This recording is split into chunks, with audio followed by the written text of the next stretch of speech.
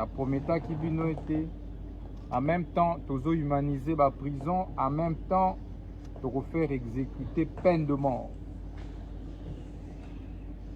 Donc désormais bakangio okozala lisusu na boloko te. Donc faire exécuter peine de mort ndenge boyebi ezalaka par fusillade topé par pendaison. Et qu'on servir na leçon na bakuluna ba bandi nyusu. Tolingi lisu komona ta kuluna moko te na ville ya Kinshasa na ba ville nyusu ya mboka. Voilà message oyo nalingaki na pesa bino bosambela déjà. Bosenga déjà pardon na Nzambe na bato oyo bosalaka mabe. Merci. Oh, 24 personnes. 24, hein? 24. Oh, il faut les photos 24. Ah, 24.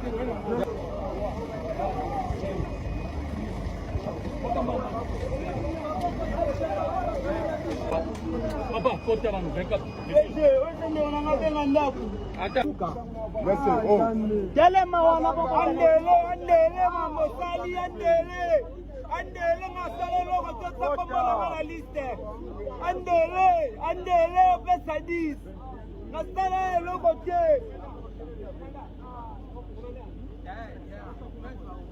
Boloko. Bala de la prison bakanga biso bakangonda.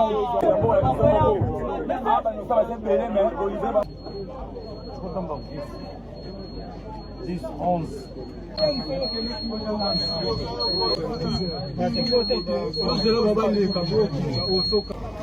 Bisi na yeye mwana.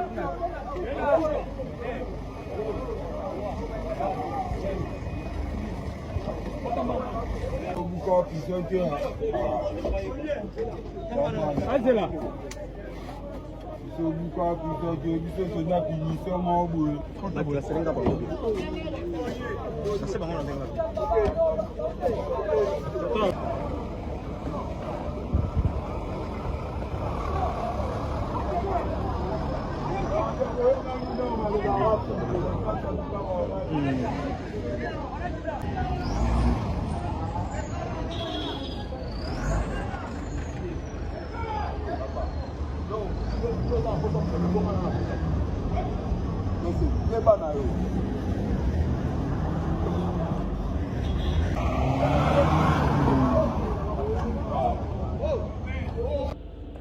Alors, peuple congolais,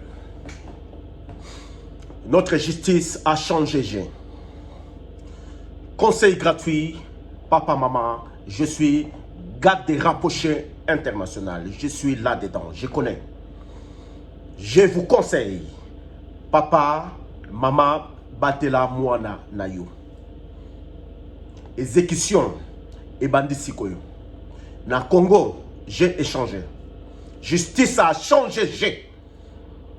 Le moment est là. Conseil gratuit. Soki bakangi mwana na kuluna mwana na yo na kuluna etali yo. Oubliez mwana wana. Exécution et bandi.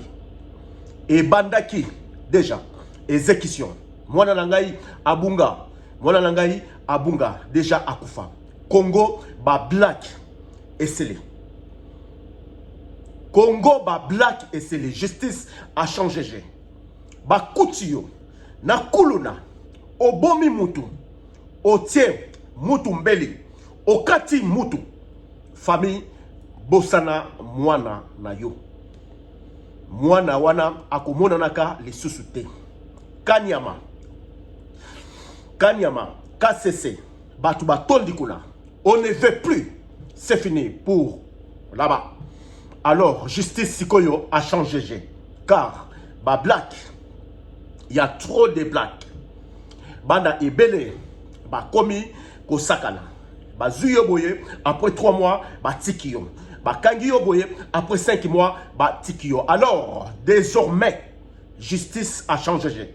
A décidé. Soki, bah zuyo.